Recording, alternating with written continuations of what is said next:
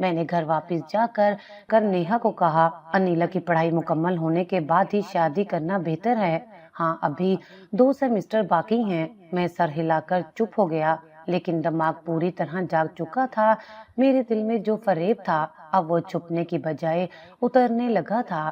خود کو سنوارنے کی بجائے میں اندر سے بگڑنے لگا تھا اور کسی کو اندازہ نہیں تھا کہ میں کیا سوچ رہا ہوں اور شاید مجھے خود بھی نہیں معلوم تھا کہ میں کس طرف جا رہا ہوں. زندگی معمول پر لوٹ آئی تھی. کم از کم سب کو ایسا ہی دکھائی دیتا تھا.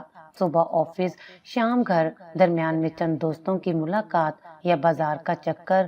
نیہا حسب معمول گھر سنبھال رہی تھی اور اب تو اس کی طبیعت میں بھی تبدیلی نظر آ رہی تھی. ایک دن اس نے خاموشی سے میرے سامنے رپورٹ رکھی.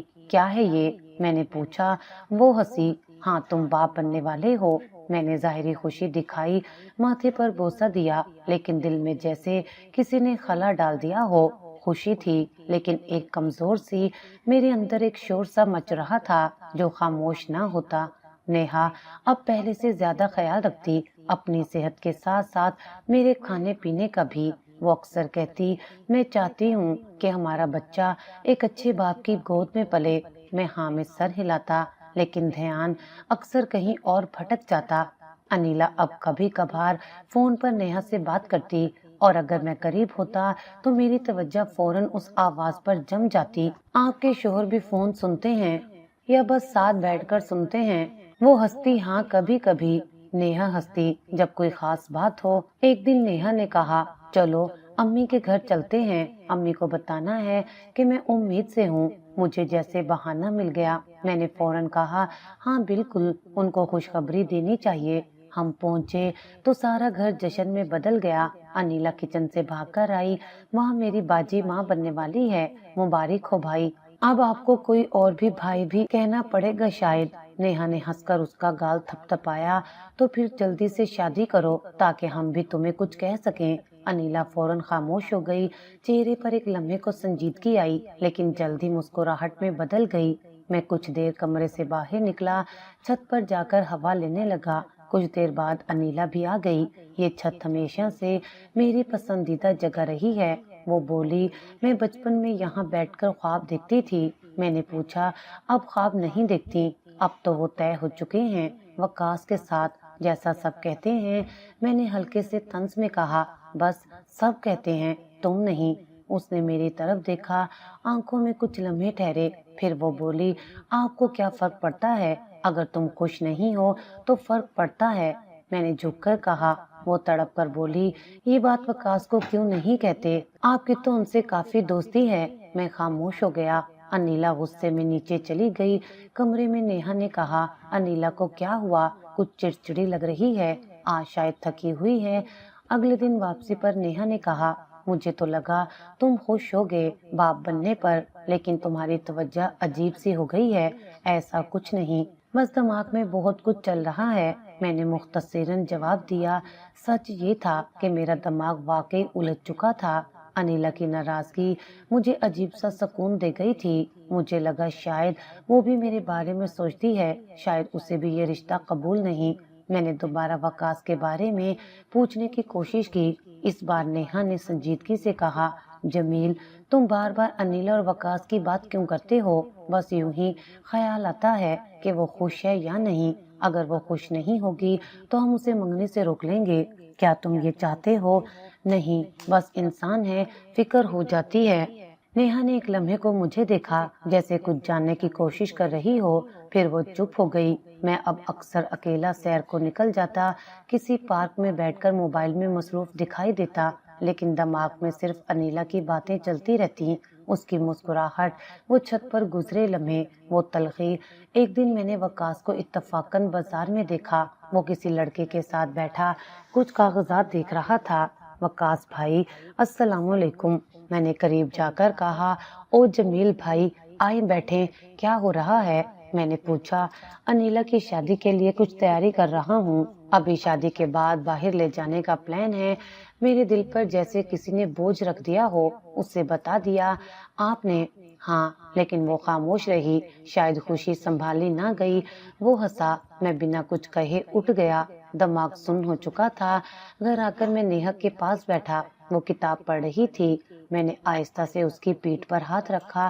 اس نے مجھے دیکھا، مسکرائی۔ یہ بچہ ہمیں اور قریب کر دے گا نا؟ میں نے سر ہلا دیا۔ دل کچھ کہہ رہا تھا، دماغ کچھ، اور اندرونی جنگ شدید ہوتی جا رہی تھی۔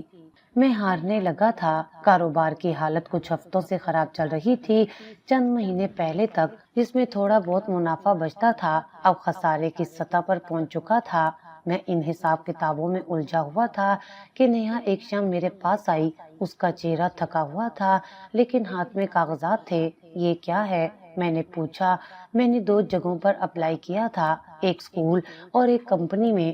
کمپنی سے کال آئی ہے، کل انٹرویو ہے۔ تمہیں ضرورت نہیں ابھی، میں ماں بننے والی ہوں، کمزور نہیں ہوں۔ اس نے میری بات کاٹ دی۔ یہ وقت صرف تمہارا نہیں، میرا بھی ہے۔ میں چپ ہو گیا۔ نیہا واقعی بدل گئی تھی۔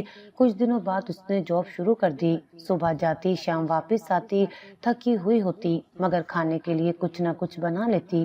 یہ سب مت کیا کرو، باہر سے کچھ منگوا لیتے ہیں۔ میں ایک دن بولا، یہ سب نہ کروں تو تمہارے لیے کون کرے گا؟ وہ خاموشی سے بولی۔ میرے اندر کچھ بھی حرکت نہ کر سکا۔ میں نے شکر ادا بھی نہ کیا۔ میری نظر میں صرف ایک ہی چہرہ تھا، جس کی تصویر ہر وقت دماغ کے پردے پر چھائی رہتی، انیلا۔ میں اکثر نیہا سے کہتا، چلو امی کے گھر چلتے ہیں، انیلا کا حال بھی پوچھ لیتے ہیں۔ وہ بغیر کسی سوال کے حامی بھر لیتی۔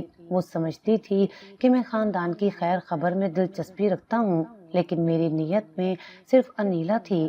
سسرال پہنچ کر میں فوراً نظر دوڑاتا کہ وہ کہاں ہے۔ کبھی لان میں کتاب لے کر بیٹھی ہوتی، کبھی کچن میں برتن سمیٹتی۔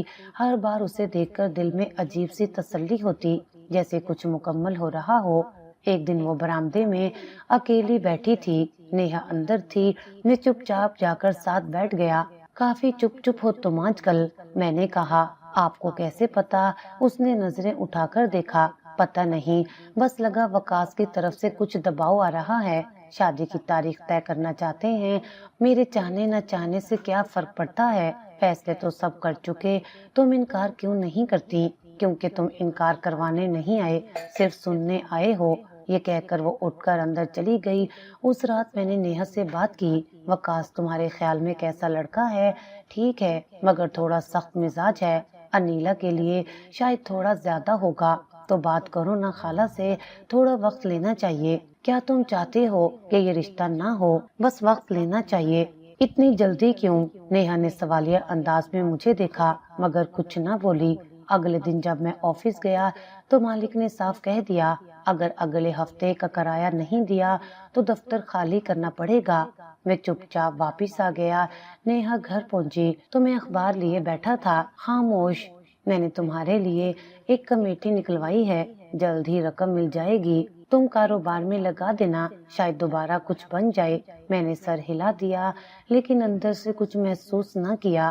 نیہا کی قربانی، اس کی فکر، سب مجھے ایک بوجھ لگنے لگا تھا۔ وہ میرے راستے کی دیوار بنتی جا رہی تھی، انیلا تک پہنچنے میں رکاوٹ۔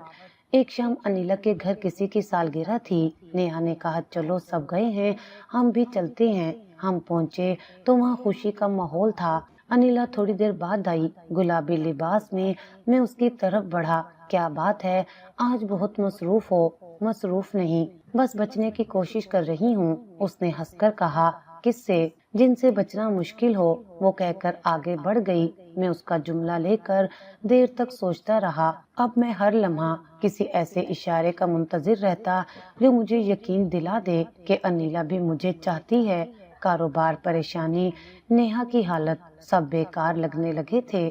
میری آنکھوں پر ہوس کی پٹی بن چکی تھی، جس میں صرف ایک ہی چہرہ تھا اور باقی سب چہرے، سب رشتے بس دھند بن چکے تھے۔ میں بدل چکا تھا، مگر یہ بدلاؤ صرف میں جانتا تھا۔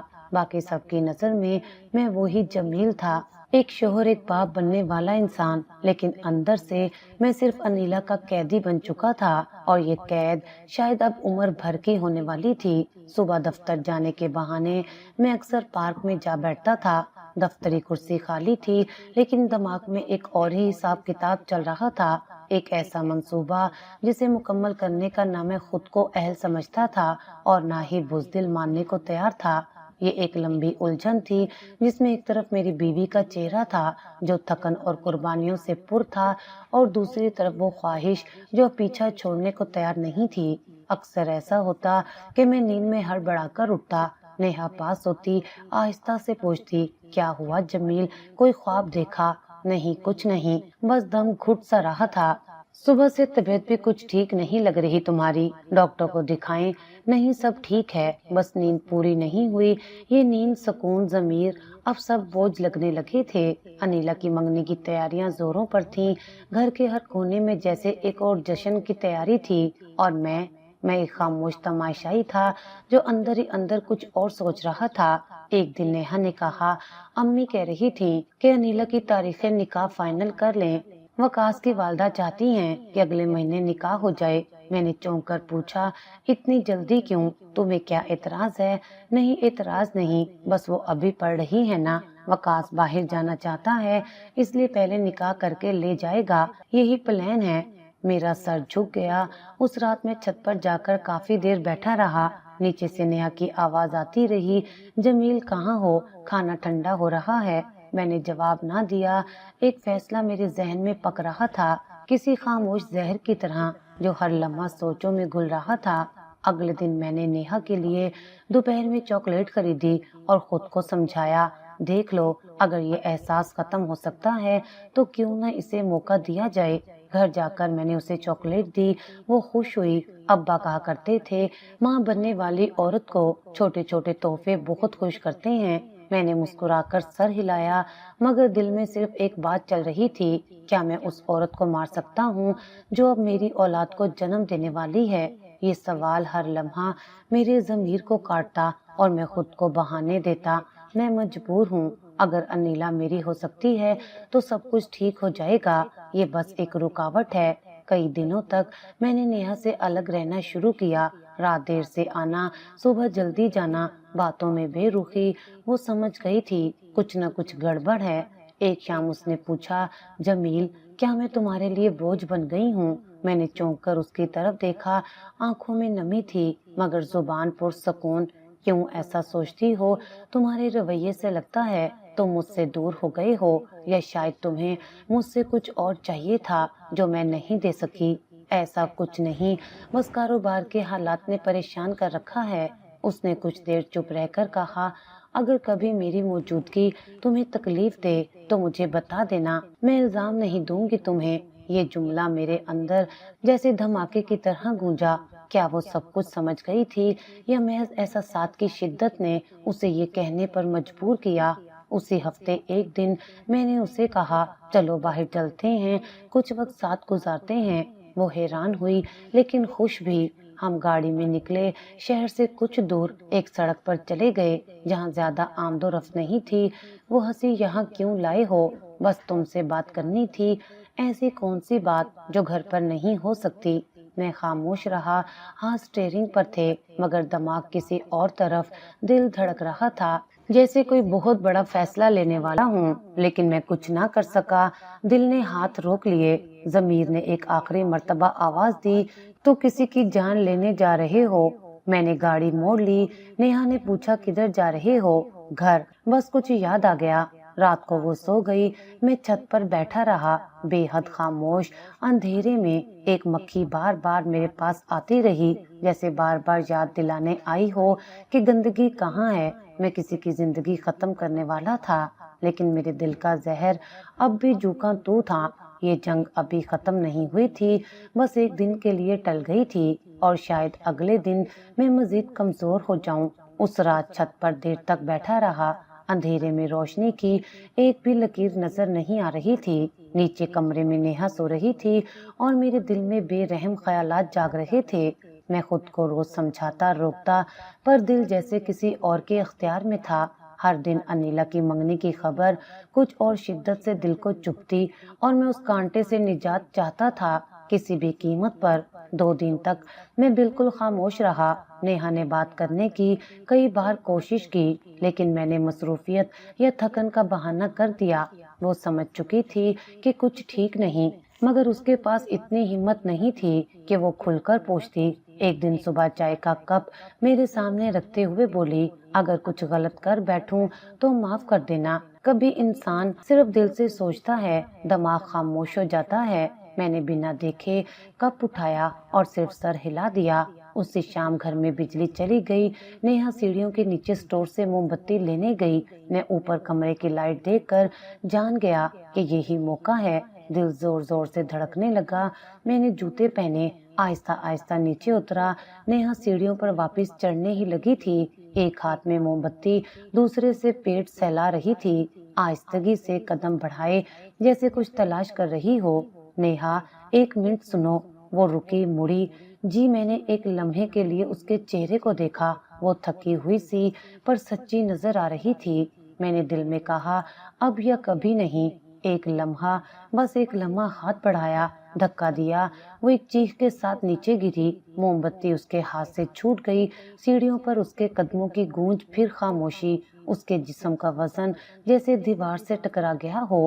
میں تیزی سے اوپر کے کمرے میں گیا، سانس سنبھالی اور بیڈ پر بیٹھ گیا۔ کچھ ہی لمحوں بعد امی کی چیخ سنائی دی، جمیل، نیہا گر گئی ہے۔ میں دوڑا جیسے کچھ پتہ ہی نہ ہو۔ نیچے دیکھا، خون، موم بتی کا ٹکڑا اور نیہا کا بے ہوش چہرہ۔ اسے اٹھایا، گود میں لیا، گاڑی میں رکھا اور سیدھا ہسپتال پہنچا۔ ہسپتال میں ڈاکٹر نے اسے فوراً ایمرجنسی میں لے لیا۔ باہر انتظار کرتے ہوئے میں نیہا کی ماں کو فون کر رہا تھا۔ امی، وہ گر گئی ہے، بہت بری حالت ہے، دعا کریں۔ آنسو نکالنا مشکل نہ تھا۔ وہ تو میں کئی بار آئینے کے سامنے ریہرسل کر چکا تھا۔ نیہا کے والد جلدی ہسپتال پہنچے۔ ان کے ساتھ انیلا بھی تھی۔ میری نظر اس پر پڑی۔ وہ صدمے میں تھی، کچھ بولنے کی حالت میں نہیں تھی، لیکن اس کی آنکھوں میں پریشانی تھی۔ کیا ہوا تھا؟ اس نے مجھ سے پوچھا۔ اندھیرا تھا، سیڑھیوں پر گر گئی، میں اوپر تھا، پتہ نہیں کیسے ہوا۔ ڈاکٹر باہر آئے، حالت نازک ہے، ہم کوشش کر رہے ہیں۔ سب پریشان ہو گئے اور میں اندر سے صرف ایک بات سوچ رہا تھا، یہ ختم ہو اور زندگی میرے حق میں بدل جائے۔ 2 گھنٹے بعد ڈاکٹر دوبارہ آیا۔ ماں کی حالت بہت خراب ہے، لیکن بچہ زندہ ہے۔ ہمیں ماں کو ICU میں رکھنا ہوگا۔ اگلے 24 گھنٹے اہم ہیں۔ امی نے دعا کے لیے ہاتھ اٹھائے۔ انیلا ایک طرف جا کر خاموش ہو گئی۔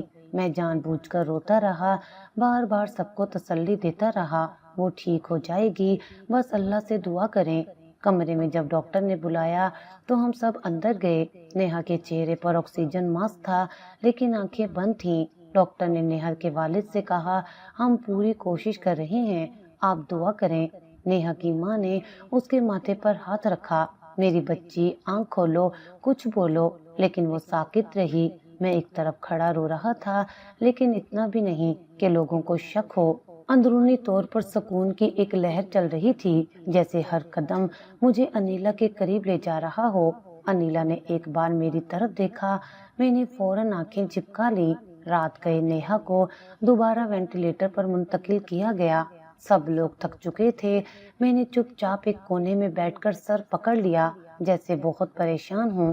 جمیل، کچھ کھا لو، سارا دن سے کچھ نہیں کھایا۔ امی نے کہا، دل نہیں کر رہا۔ نیہا کو دیکھ کر کچھ نہیں سوچتا۔ یہ جملے میں نے جذبات کے ساتھ بولے تاکہ میرا دکھ اصلی لگے۔ صبح جب آنکھ کھلی تو ہسپتال کی سفید دیواریں پہلے سے زیادہ خاموش لگ رہی تھیں۔ نرس آئی، کہا، ڈاکٹر صاحب آپ سے بات کرنا چاہتے ہیں۔ میں نے آہستہ سے امی کو جگایا۔ نیہا کی ماں بینچ پر سو رہی تھی اور انیلا ایک طرف ٹیک لگا کر بیٹھی تھی۔ ہم سب ڈاکٹر کے کمرے کی طرف گئے۔ ڈاکٹر نے نظریں جھکا کر کہا، ہم نے پوری کوشش کی ہے، مگر ہم نیہا کو نہیں بچا سکے۔ کمرے میں چند لمحے مکمل خاموشی طاری رہی۔ بچہ؟ نیہا کے والد نے کپ کپاتی آواز میں پوچھا۔ بچہ ٹھیک ہے، بالکل صحت مند ہے۔ نیہا کی ماں وہیں زمین پر بیٹھ گئی۔ میری بچی، میری نیہا۔ انیلا نے تیزی سے آگے بڑھ کر ماں کو سنبھالا۔ میں کچھ دیر ساکت کھڑا رہا، پھر آہستہ آہستہ 2 قدم آگے بڑھا اور نیہا کے والد کے قدموں میں بیٹھ گیا۔ ابا جی، میں نے تو بس اسے خوش رکھنا چاہا تھا۔ میری آواز میں جان بوجھ کر لرزش تھی، آنکھوں سے آنسو بہہ رہے تھے اور میں اپنی ہتھیلیوں میں منہ چھپا کر رو رہا تھا۔ ہم سب نے یہی چاہا تھا بیٹا، انہوں نے ہاتھ میرے کندھے پر رکھا۔ یہ اللہ کا فیصلہ ہے، میں بار بار یہی کہتا رہا۔ مجھے کچھ سمجھ نہیں آ رہا، وہ مجھے چھوڑ کر کیسے جا سکتی ہے۔ سب میرے گرد اکٹھے ہو گئے۔ انیلا خاموش کھڑی تھی، اس کے چہرے پر صدمے کی ایک الگ گہرائی تھی۔ میں نے ایک نظر اس کی طرف دیکھا، وہ پلٹ کر پیچھے ہٹ گئی۔ 2 گھنٹے بعد نیہا کی میت کو گھر لے جایا گیا۔ جنازے کی تیاری شروع ہو چکی تھی۔ خواتین کے کمرے میں نوحے تھے، مردوں کے حلقے میں خاموشی اور افسوس۔ میں ہر جگہ موجود تھا، کبھی کوئی آ کر گلے لگاتا، کبھی کوئی تسلی دیتا۔ شام کو تدفین کے بعد رات کو جب سب واپس لوٹے تو بچہ نیہا کی ماں کی گود میں تھا، وہ روتی جا رہی تھی۔ یہی میری بچی کی نشانی ہے۔ میں نے بچہ ان سے لیا، آہستہ سے چوما اور کہا، میں وعدہ کرتا ہوں میں اسے کبھی ماں کی کمی محسوس نہیں ہونے دوں گا۔ اس لمحے میں نے خود کو سب کے سامنے ایسا پیش کیا جیسے بیوی سے بے پناہ محبت کرنے والا شوہر جو اب صرف بچے کے لیے زندہ ہے۔ نیہا کی تدفین کے بعد گھر میں 2 دن تک خاموشی رہی۔ تیسری رات کو نیہا کے والد نے مجھ سے کہا، بیٹا تم اکیلے ہو، ہم تمہیں ایسے نہیں دیکھ سکتے۔ ابا جی، میں کسی کے سہارے کے بغیر بھی اسے پال لوں گا، نیہا کی یاد کے طور پر، لیکن بچہ ماں کا محتاج ہوتا ہے۔ ہم چاہتے ہیں کہ کوئی ہو جو اس کا خیال رکھ سکے۔ میں نے فوراً کہا، آپ انیلا کو اس مصیبت میں نہ ڈالیں، اس کے اپنے خواب ہیں، وہ میری بیوی کی بہن ہے، وہ میرے لیے ہمیشہ بہنوں جیسی رہے گی۔ یہ سب کچھ جان بوجھ کر اس انداز میں کہہ رہا تھا کہ ان پر میری دیانتداری ظاہر ہو۔ اگلے دن انیلا چپ چاپ میرے کمرے میں آئی، ہاتھ میں نیہا کا ایک پرانا کپڑا تھا، یہ اس کا دوپٹہ ہے، آخری بار پہنا تھا، ماں نے کہا تھا تمہیں دے دوں۔ میں نے وہ کپڑا ہاتھ میں لیا، آنکھیں بند کی اور گہری سانس لی۔ میں کچھ نہیں بھولا، سب یاد ہے۔ وہ پلٹنے لگی تو میں نے کہا، انیلا تمہیں کبھی یہ محسوس ہوا کہ ہم؟ اس نے فوراً میری طرف دیکھا، آنکھوں میں تیزی آئی نہیں، کبھی نہیں۔ پھر وہ تیزی سے باہر چلی گئی۔ میں نے آئینے کے سامنے کھڑے ہو کر خود کو دیکھا، ہلکی سی مسکراہٹ ابھری، جیسے منزل اب زیادہ دور نہیں۔ میں نے لوگوں کے دل جیت لیے تھے، اب اگلا مرحلہ صرف وقت کا تھا۔ تیسرے دن صبح کا وقت تھا، میں آنگن میں بیٹھا تھا، گود میں نیہا کا بچہ تھا جو اب بھی دنیا میں بے خبر خاموش سو رہا تھا۔ میں اسے سینے سے لگا کر مسلسل یہی سوچ رہا تھا کہ لوگ کتنا جلدی دکھ پر یقین کر لیتے ہیں، صرف آنسو، چند جملے، اور وہی انسان جو اصل مجرم ہوتا ہے سب سے معصوم نظر آنے لگتا ہے۔ نیہا کی ماں پاس بیٹھی تھی، ان کی نظریں بچے پر تھیں لیکن لہجہ میرے لیے تھا۔ جمیل، تم نے جس ہمت سے یہ وقت کاٹا ہے، میں حیران ہوں، اللہ تمہیں اس بچے کے لیے سلامت رکھے۔ میں نے آہستہ سے کہا، امی جی میں کچھ نہیں ہوں، اصل ہمت تو نیہا کی تھی، وہ ہوتی تو۔ آواز رک گئی، سر جھکا کر آنکھیں پوچھیں۔ نیہا کے والد آہستہ قدموں سے قریب آئے۔ ہم نے بہت سوچا ہے جمیل، اس بچے کو ماں کی ضرورت ہے، ہم تمہیں اکیلا نہیں چھوڑ سکتے۔ میں نے فوراً نفی میں سر ہلایا۔ ابا جی پلیز ایسی باتیں نہ کریں، میرے لیے اب نیہا کی جگہ کوئی نہیں لے سکتا، یہ بچہ ماں کے بغیر کیسے پلے گا؟ تمہاری جوانی، تمہاری زندگی کا کیا ہوگا؟ ہم نہیں چاہتے کہ تم ساری عمر اکیلے رہو۔ میں نے نظریں اوپر اٹھائیں، وہ دونوں میری طرف دیکھ رہے تھے جیسے کچھ کہنا چاہتے ہوں مگر رک رہے ہوں۔ ہم چاہتے ہیں، اگر تم مناسب سمجھو تو انیلا۔ نہیں، میں نے فوراً کہا، آواز میں تھوڑا زور آیا، امی جی، ابا جی، انیلا میری بیوی کی بہن ہے، وہ بچی ہے، ابھی میں اسے کیسے؟ نیہا کی ماں نے میرے ہاتھ پر ہاتھ رکھا، وہ بچی نہیں رہی جمیل، وہ سمجھدار ہے، حالات نے اسے وقت سے پہلے بڑا کر دیا ہے اور وہ اس بچے کی خالہ ہے، اسے ماں سے بڑھ کر چاہے گی۔ نیہا کے والد نے کہا، ہم نے بہت غور کیا ہے، یہ رشتہ سب کے لیے بہتر ہوگا۔